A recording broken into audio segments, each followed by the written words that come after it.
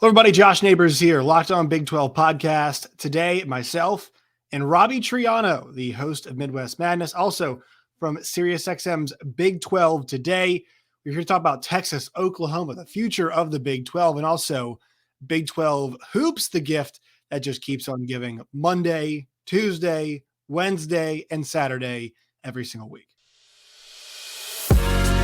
You are Locked On Big 12, your daily podcast on the Big 12 Conference, part of the Locked On Podcast Network, your team every day.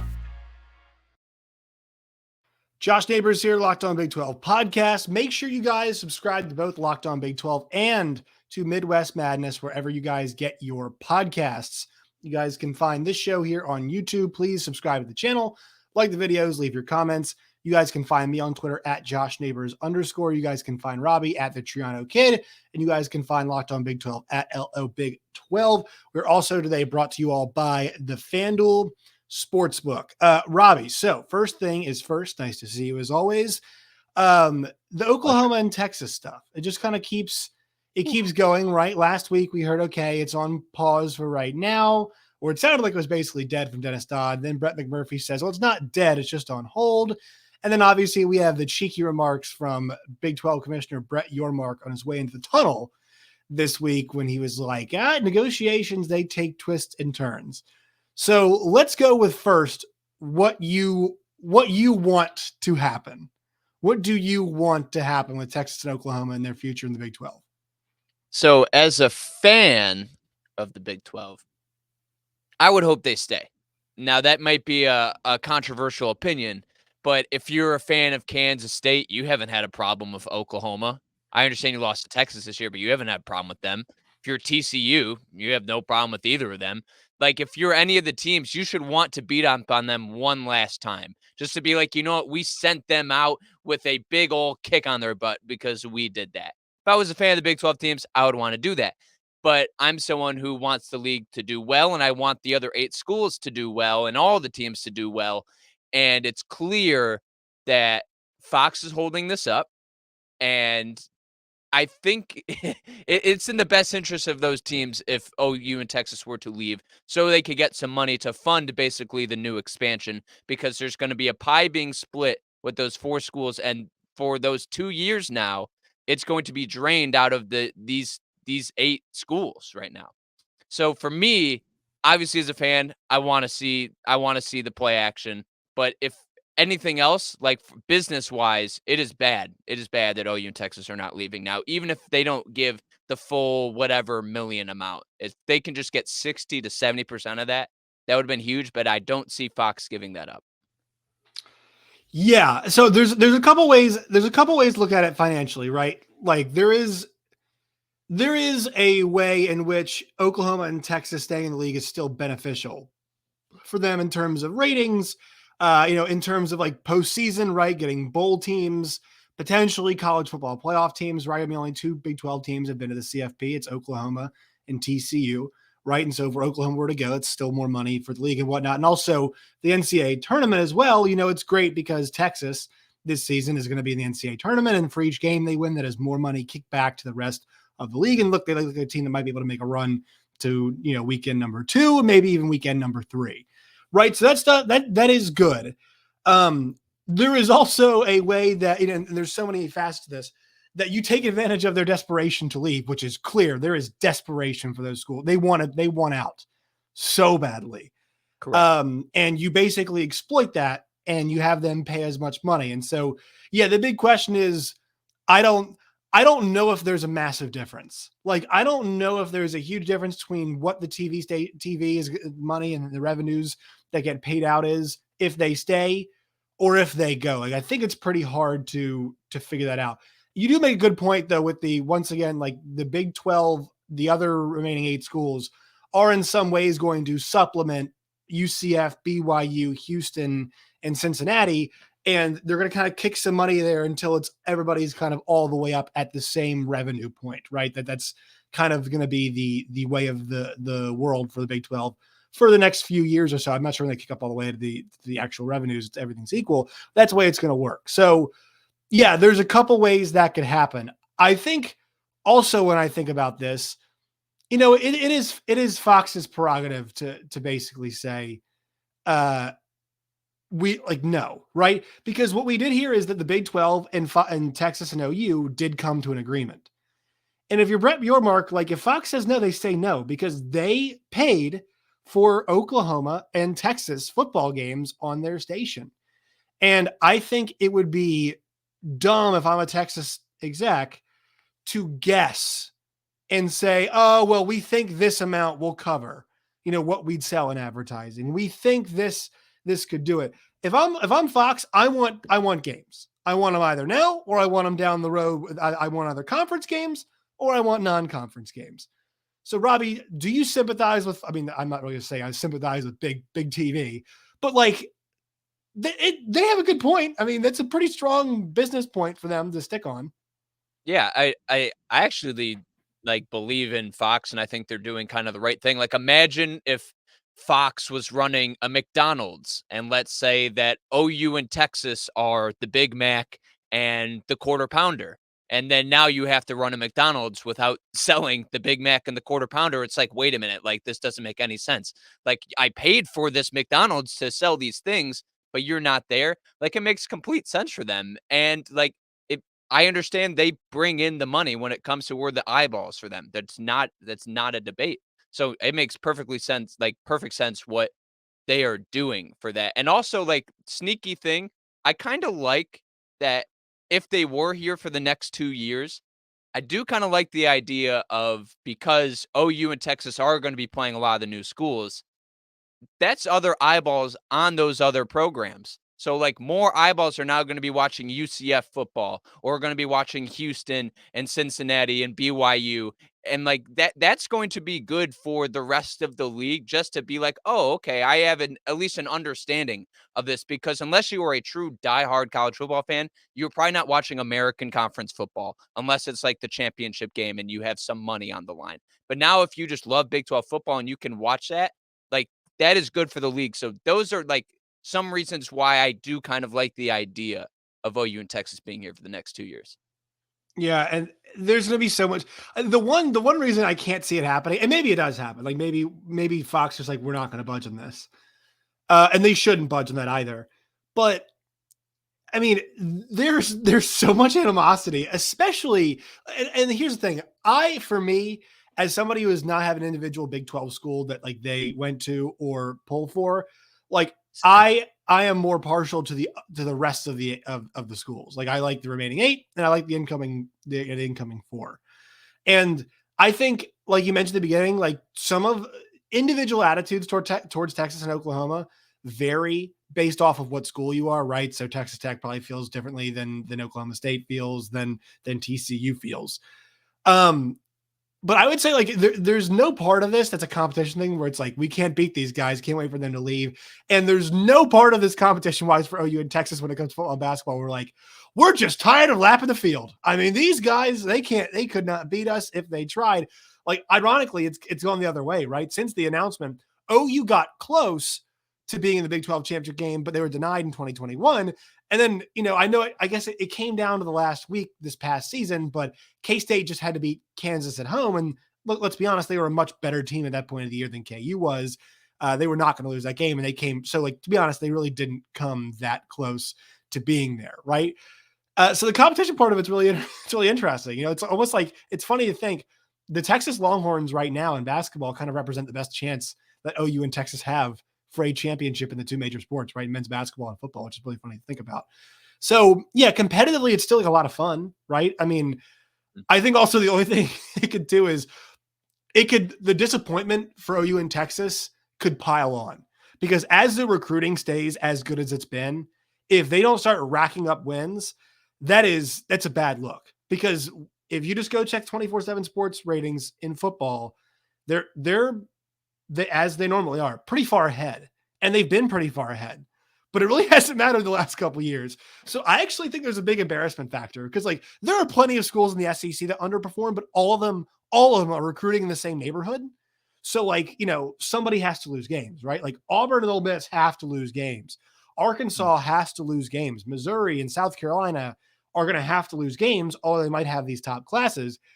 in this conference, that's not the truth. So I think they want to be in a place where it's like, losing's not as accepted, but like somebody has to lose in the SEC, and it's much less embarrassing when you do in the SEC, I think. Yeah. Now looking at them, let's say they are here for the next 2 years. What is that going to look like? This upcoming year, I think Texas is probably going to be the favorite. You can have disagreements. I think they have the best offense. You have Xavier Worthy, Isaiah Nayor, you have Jatavian Sanders. Now you add so many other pieces. I understand you lose Bijan. Great offensive line. Oklahoma, I think, is going to be better than what they are. But the thing is, if they do stay for that second year, brother, OU and Texas will run the league at that point. They will have the best quarterback play. Jackson Arnold. That's what I'm saying. They better, right? They better be running the league at that point. Yeah. So if you're a fan of the Big 12, I understand you want to kick them in the butt, but also like you should be understanding, like they are recruiting a head and shoulders than the rest of us. And from what I can see from Steve Sarkisian, there is improvement. Like it's not like he is a bad head coach. I'm going to assume Oklahoma is better. So just prepare if they're here for that second year for them to be running the conference per usual like Oklahoma does, and Texas to be a much better team just because I think talent-wise it's not going to be pretty. And by that point, probably all the COVID eligibility is out the window. Right. And when it comes to Brett Yormark's comments, what do you make? I mean, I think, he's late to this party, right? I mean, he did not show up, obviously, when this was happening. He came afterwards. I think for him, because he's so used to being in these situations, the Big 12 in some ways is almost the middleman, right? Because now it's OU and Texas, the SEC/ESPN, you all put them in one pot together. It's them and Fox that have to get this thing figured out. So the Big 12, I think either way, Robbie, I think they're actually fine with this, right? Because either you keep getting increased revenues, they're getting more money year to year, over time, because look, the performances from these teams in the Big 12, like they're getting themselves into big dollar games, whether it be football or basketball. They continually get themselves in big dollar games in big spots, not just Oklahoma and Texas. So they're fine there. Or, you know what? They get the payout, right? They get the payout they're looking for. Or in the case of, one of Fox's ideas, they want more games down the line. They get big payout games down the line from Fox, right? Now, I'd assume that if they get those games, the number that Fox would be paying to the Big 12 would increase, right? Like if Fox is going to get Texas Tech versus Texas or Oklahoma versus I think Bedlam's kind of the big one, right? Like that one feels like the big one you could do. Also, I would say TCU Texas, right? That game was Saturday Night Football. That was a huge game this year. Big, it was a big spot. I think games like that, like you continue to talk about those being some well-rating games. So they get some more there. So like, the reason why I do talk conference expansion, oh my God, it freaks us out. Like, I'm really not worried about the conference when it comes to this. I think whatever happens, they win. It's just a matter of like, how much are they going to win? But I think everything's kind of a win, right? Like, I mean, as far as having your two most lucrative teams leave the league, you can win. I think it's a winning spot kind of with where they are now in terms of the situation. Yeah. And if I could just like be a fly in the wall of Brett Yormark's life, I just kind of want to know how much has this impacted, like how much ibuprofen he's had to take or how much headache medicine of dealing with OU and Texas. If they were out the window, he'd be like, yes, I have these 12 teams. Everyone is doing so great. We have this new look. He calls the Big 12 like this 25 or 26-year-old startup. But now he's like, God, I have to deal with these two other annoying little things over there. So once this is over and once these details are finalized, I really think Brett Yormark's life is going to be better. I understand he already has gray hair, but it might not look as gray. I think he's going to be a lot more better of a human being. Just full bald, maybe you just have to go full bald and embrace he's handling the things great though. Like honestly, like he hasn't. He made the deal. He made the TV media deal. Obviously, it's not his doing that TCU is amazing at football and had the season that they did, and that the Big 12 is this good at basketball. But it feels like the confidence in Big 12 fans have never been stronger with him. And I really think that is important, and he's doing things the right way, and the way he's approaching the media and keeping us informed, he's doing a great job. So thank you, Mr. Yormark. Yeah, and they seem pretty. I know the schedule release stuff was kind of like a weird thing. The messaging from the Big 12 is pretty organized. Like you hear them, like the messaging is kind of. I know Oklahoma and Texas fans might disagree, but like it feels like everybody's on the same page. right? There's not a whole lot of blindsiding happening to and them. with the schedule release, like it obviously there was a lot of like built up people being like, we want the schedule release, and then they dropped like a teaser, like boom, you're gonna get it. Like the Pac-12 and the other, they're just like, here you go. Like at least they made an event out of this thing and made the other schools feel welcome. Like thank you, Big 12, for that. Yes, I agree with that. All right, let's talk some hoops. First, quick word from our sponsors today. Today's Locked On Big 12 podcast is brought to you all by the FanDuel Sportsbook. And you guys know the deal. It is the Super Bowl week. So you guys can head over to the FanDuel Sportsbook right now to place a no sweat wager on the big game. They've got a lot of great features that make betting on sports fun and easy. And once again, a no sweat first bet on Super Bowl 57. You get up to $3,000 back in bonus bets if your first bet does not win. So you guys can go to fanduel.com/locked-on to claim your no sweat first bet. Once again, fanduel.com/locked-on for your no sweat first bet. Make every moment matter more with FanDuel, the official sportsbook partner of the NFL. All right, Robbie. So first question about the basketball. How are we having too much fun every night? Are we having too much fun? I think we might be having too much fun. I'm not sure if the coaches are having fun because that K-State Kansas back-to-back for Texas is pretty tough, but like I'm having too much fun, I think. I really think I'm having too much fun. Yeah, I think I've crowned maybe 6 different teams as Big 12 champ. I've basically been wrong about every single team. And this league is just an absolute joy. As soon as you think one thing, wrong. I think Kansas is the best team, 3-game losing streak. I think it's Iowa State, they lose a bunch. I think it's Texas, they just lost to Kansas. This league is awesome. It's really, really damn hard for you and I to get a read on this entire league to say, that's the team.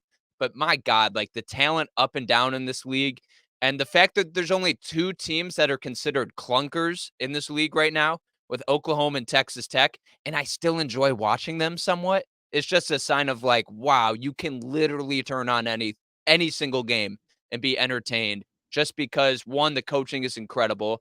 2, the home environments are just insane this year. Hilton Coliseum has been awesome up and down and also just like each team has, in my opinion, at least 1 to 2, like at least a star or a really damn good, like second to third piece. This league has been awesome right now, but I still have no idea who's going to win this thing. Yeah, and I would say the one team that doesn't fit that particularly is Oklahoma State, and like they're still beating the hell out of us. Like they beat the hell out of Oklahoma twice in the last couple of weeks, right? I know a lot of people are doing that right now, but like they've got the capabilities and they're a well-coached bunch. To the title race, I think that's where we have to go. And let me double check this right now. So I saw as of yesterday, the odds of the FanDuel Sportsbook, Texas was -110 to win the Big 12 coming out of the weekend. That is in big part to the fact that they went to the Octagon of Doom at Bramlage and won a game there. And look, last night they didn't win, and KU's played a lot of teams really close in Allen Fieldhouse this year. But that Texas needed to win that game if we were to have any clarity now, because now it's all bets are off. I mean, I thought TCU would not be able to win this thing. They are definitely within striking distance. I'm still skeptical though because of the injuries. I don't think Iowa State can win this thing because they're not good enough at home. Kansas, you know me, I've been on KU all year. I'm saying that's the team. The problem is, though, is that like if you want to say they're not doing well enough on a night-to-night basis, that's fine. Updated odds. So Texas still your favorite, +200. Kansas is +250. Iowa State +300. Baylor +550, that's where I would go. TCU is +1200. So you're seeing all these down the line, man. After watching last night's game, that version of Kansas, it could do it. But we keep saying that there's a night where you can say it about every single group, right? And the thing is, like, Texas I got a lot of confidence in. But what do you think is going to happen, Robbie, when you have a 4-game stretch where you play at Tennessee? I think the Baylor game was at home. And then at KU and at K. That's the last 4 games Texas had to play. And look, like I know Tennessee game's an outlier or whatever, but you just replace that with like Iowa State, and that's still a brutal 4-game stretch. So, it's hard to figure things out because like we might look at a 2-2 stretch for Texas and say, they're playing some of their best basketball of the season, right? Absolutely. And the fact that they just came off a game against Kansas State on Saturday, had a day rest, and then you go to the Fog to play. I mean, I really do enjoy watching Texas a whole lot, and it's funny because I don't think there's a all first team type of player on that team. It might be Marcus Carr just because Mike Miles is going to be injured the rest of the year. I don't know what's going to happen there. So he may get it, but this team is just like a really good team is what I see. They're long. They are so strong. Like everyone there is like way too muscular. I don't understand it, but they don't have they don't have like someone who is necessarily like you consider the anchor of that team, but like all of these like 3 players of like Dylan Dessou, Christian Bishop, and Timmy Allen are like the same version of like a wing forward and that can somewhat play guard at some points. They can switch onto everyone. They do have Marcus Carr, although Tyrese Hunter hasn't been the scoring threat. What he can do defensively, I think he is such a good on-ball defender, and I know the stats don't like back it up with the amount of steals. He's really good, and their depth is awesome. I thought that they're a really good team, and like they have not that performance against Kansas did not make me think less of them. It made me think a whole lot I about agree. Kansas because Jalen Wilson has 2 points, and like anytime Jalen Wilson has held the 2 points, that's like an automatic W. But now we're starting to see Juwan Harris Jr. be the player you and I have wanted him to be, or like the aggressiveness or the confidence that we want him to have. 17 points, he's dishing it. The rest of the team is backing it up. Grady Dick is scoring. Joseph Yesufu is starting to be the only bench player in Kansas to do something. Kansas like is starting to realize, okay, if we attack the rim, if we attack the hole, we're going to be fine. Juwan Harris needs to start finishing things. And if he does do that, defenders are going to have to respect him. And you can't leave Grady Dick open on 3. So everything just gets open for them. I really do think Kansas is starting to find it a little bit, but they're one injury, one bad performance away from them being a team that is not going to win the Big 12 or an early exit in March, just because I do still think they have some deficiencies. But right now, they're proving that even if they don't have their star going off, they can still win. And that is huge, huge. Yeah. And that's the thing in a tournament setting that's like, there's not going to be 3 or 4 games in a row where Jalen Wilson can't score. And the reason why we can pretty confidently say that is because they've had to play such a difficult schedule, and he's been just a monster every single night. And I also thought, last night, it wasn't like he was 2 for 13. Was he 1 for 7, I think? Yeah, and he got in foul trouble too. Right, as and a well. little bit, but like it didn't feel like he was forcing things, and I think that was huge last night to see them do that, and to see Juwan Harris and Grady Dick do that, and I think, and I think KJ Adams, like I really like him a lot. I've always mentioned this. He does a really good job of finding space, like beyond a guard playing defense, and just in front of the big enough to catch a ball, turn around, and shoot. Right. Like normally big guys don't have enough time to come, they're basically come here, come to the paint. And he says, no, I'll take a full, 8-foot floater. He's really good with that.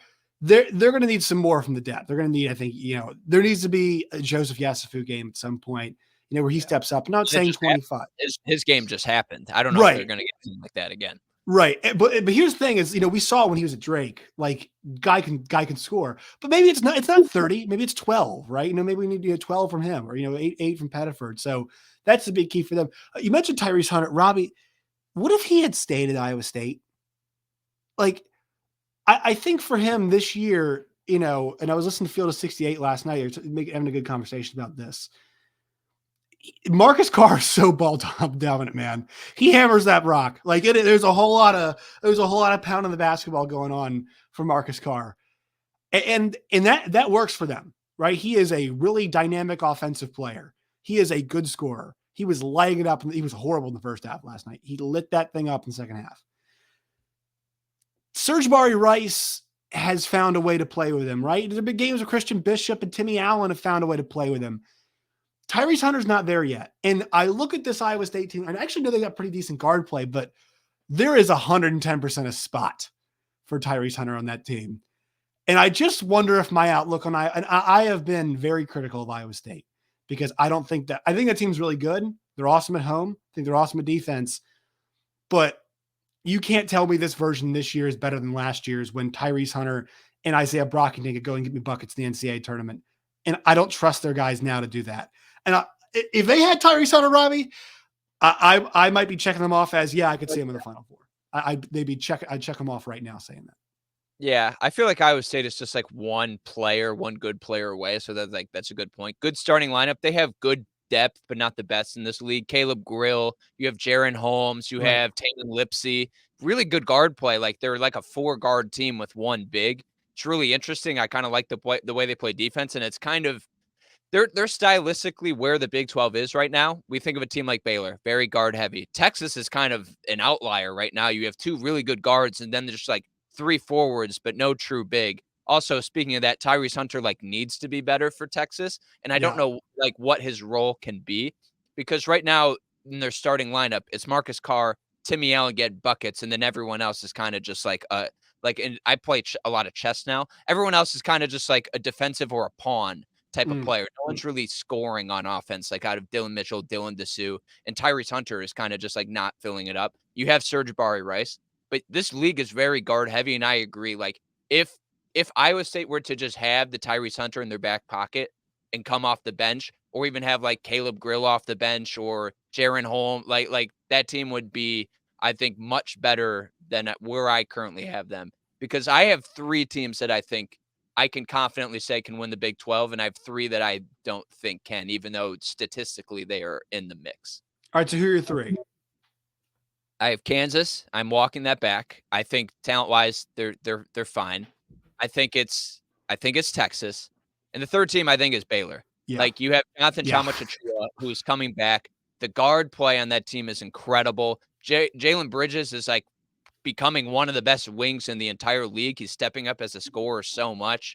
You're coached by Scott Drew. You have good bench depth and scores, and now you have this physical beast in a league with not many bigs. Like Baylor is right there, and I think they are currently like gaining the momentum needed. And like if I were to put money, we talked about bets, I would put money on the Baylor Bears right now. Like I personally think they are better than Texas, even though like Texas just beat them. I think Baylor right now is going to be a force the rest of the year. So they've got Oklahoma next. If they win that game, Robbie, it'll be 8 of their last 9 that they've won. Then they play TCU on the road, and I am starting to get a little concerned because they need to get the guys back and get them back like into, there is only playing shape. Like there's playing shape and there is in shape. And those guys are in concerning that shape. we haven't heard anything about Mike Miles. Just a little Yes. concerned, like nothing. Yes, because that group was gangbusters before, and I was like, you can just put that team to the side. Like, I don't really care what happens in conference play. As long as you don't lose 5 in a row, I'm pretty sure I know what that team is. I'm a little concerned there, but with Oklahoma, or with Baylor rather, if they can snatch that TCU game on the road, they then have West Virginia at home. That if they win that one, if they can go 3 for 3, and it's very possible they can these next 3. We're talking about a team that's going to have won, I think it's 10 of their last 11 at that point. There is a difficult stretch coming for them. After that, it is at the Kansas schools and then Texas at home, which is very, very challenging. But the good news is they're a game and a half back of Texas. They've got that Texas game coming. They've got a favorable stretch. And also, I think the one concerning part was, when is Jonathan Tchamwa going to come back? And he's back.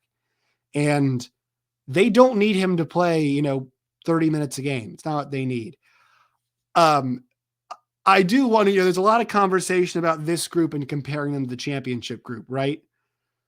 Keontae George is the most talented guard out of all. If we're talking about Mitchell, Teague, Butler, Cryer, Flagler, and George, I think George is by far the most talented of all of them. Agreed. That trio though, that they had of Butler, Teague, and Mitchell was like a tsunami. And I don't know if this group is there yet. Maybe they hit that, Robbie, but that was a different kind of scoring. They could just, I love Baylor's offense. It's awesome. They spread you out. They attack. They let guys be themselves. They let them be individual players and make individual plays. And I love the way Scott Drew empowers his guys. But are Flagler, Cryer, and George, Butler, Teague, and Mitchell? I don't think they are. And look, I mean, very few trios are. Like, there is an argument for Baylor being that being one of the greatest college basketball teams of all time. I will hear that argument. 100%. I will hear that argument. Correct. I don't know if this group has not just that kind of juice, but like, is that big three for them on the outside good enough to win tournament games week in, week out, and just keep rolling? Because there are times they stall on offense. Mm-hmm. They don't have many. The Kansas game, like, they really didn't have a whole lot of answers until they did in the end. But they weren't running good offense. I don't know. They're dangerous though. If they can win the next three, I mean, I think they're right up there to win the Big 12 championship. Playmaking wise, it's the Butler, Davion, Teague thing. Right. Like, and also like having Mark Vital, like Mark Vital knows it's the defensive guy. He was an excellent passer. Like, he was so good at getting people open. And like, if out of those three, obviously I would pick the one from the national title team. But if based on pure offensive talent, I think the team that they have right now, those three are better. Like, I think they shoot the ball better. I think Keontae George does so much more. The thing that they are missing is the defense of Davion Mitchell. Oh my God, the things he could do to just get a stop.